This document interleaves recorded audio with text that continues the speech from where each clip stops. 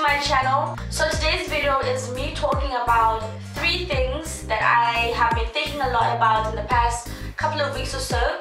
The first thing is the importance of knowing your own hair. Number 2 is mid-shaft splits.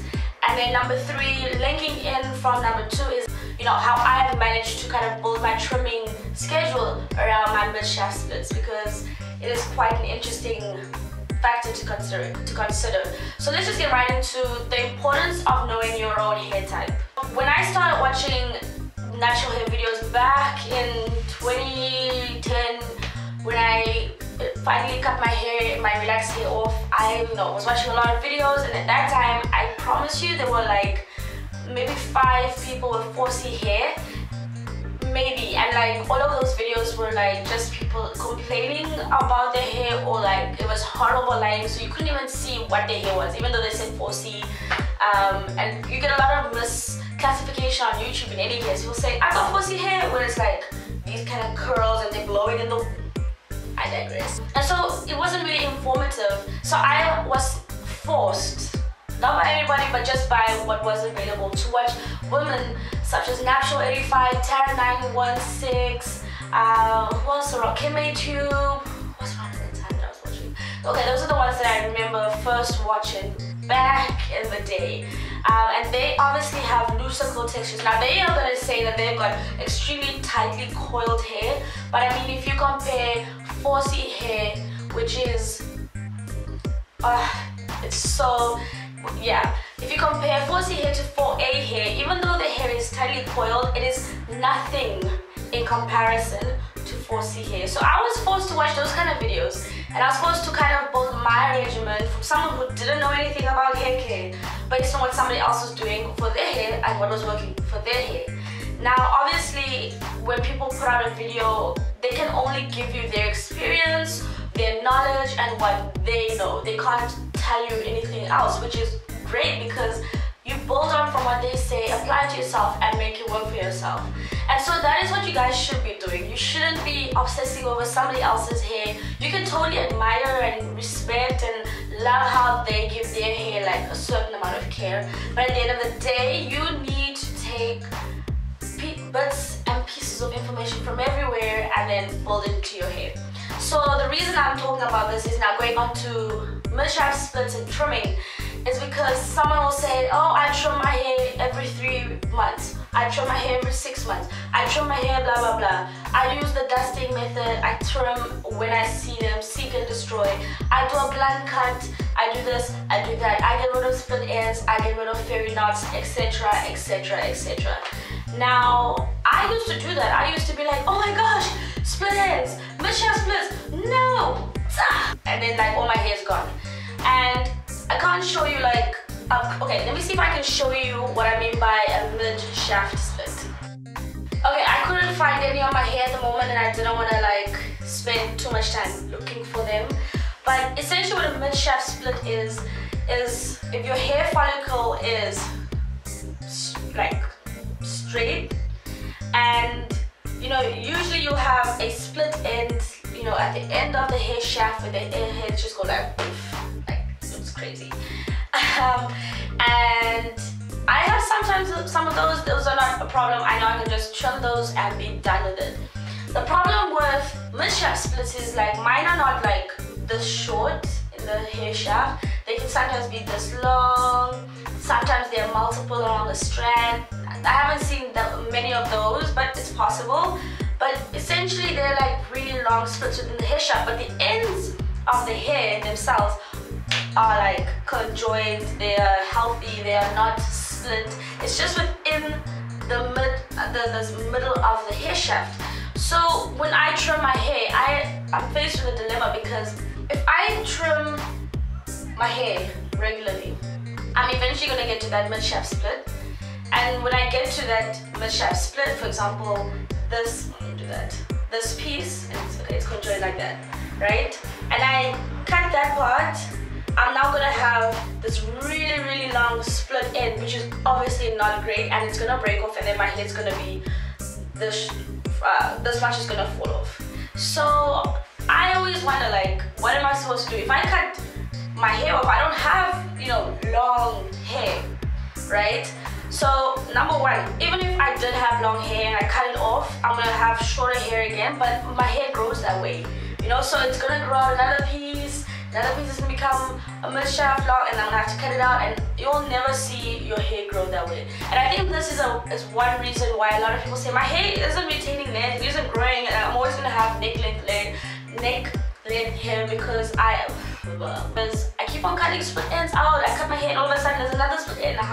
Why is this happening? It's because sometimes you don't realize that you have mid-shaft splits, and by trimming your hair, you're actually creating more mid-shaft splits. So what I found is that as long as my ends are not split, I don't trim my hair, because split ends for me create fairy knots as well as heinous tangles in my hair, which makes it difficult to style. So my trimming regimen isn't set in stone. It isn't every now and then. It's whenever I find that my hair is becoming increasingly harder to style, to maintain, and it's just looking a little crazy because all the ends are knotted, and I can't finger detangle easily because I'm just getting caught in too many tangles and that kind of stuff. So that's about mid-shaft splits. Essentially, you kind of just have to play by ear and don't trim your hair too much, because you might be causing more split ends, which will cause more damage. Now, why would someone get mid-shaft splits? Well, you know that kinky hair is especially fragile, not because it's wiry and all that kind of stuff, but because of the structure of the hair strand itself. Follicles have a certain shape, and the narrower and more irregularly shaped the cuticle is, so say for example it's shaped like, I don't know, like a sickle cell, like not round, the more irregular the hair is going to grow, causing a lot of kinks and little bends in the hair, which causes the hair to be more fragile, because every time the hair bends on itself and then turns in another direction, then bends in another direction again, it just makes the hair structure itself fragile, because all those bends are places for where the hair can break, split, and all kinds of awesome fun things that we kinky girls have to deal with. So before I say what I'm gonna say, is that if you're ever having like hair issues, definitely go to YouTube. I think YouTube is awesome. It has a lot of information, a lot of people putting out videos, especially it's a growing community, and definitely there's so much happening on YouTube that definitely come to YouTube if you have an issue. But I first started out in blogging, and I definitely want to get back into that because I just don't have time to sit down and write. Anyways, blogging by far is so much better than YouTube when it comes to natural hair, because of the forums, because of the different websites, and because of nearly anybody can blog. Not everybody wants to stand in front of a camera and speak and put themselves on a public platform like we do here on YouTube. But blogging, they talk about everything. Like, I searched on YouTube mid-shaft split and I only found one video, one result today, 2014, one result on mid-shaft splits, and I'm sure there are other videos down, like, on maybe page 10 of the search results, but it just means that there's only one video out there that really addresses this, or maybe they just didn't put tags in their videos. But I googled it and let me see how many returns actually of results. No, it doesn't say. Okay, my iPad doesn't tell me how many results in how many seconds, but every single link that they give me has mid-shaft splits being spoken about. So go to blogging if you ever wonder any hair care need that you have, someone has spoken about it. I'm digressing to the next point. Water, too much water, too much moisture, and manipulating your hair when it is wet. It's something that I do a lot. I do a lot of deep conditioning. I do a lot of overnight deep conditioning.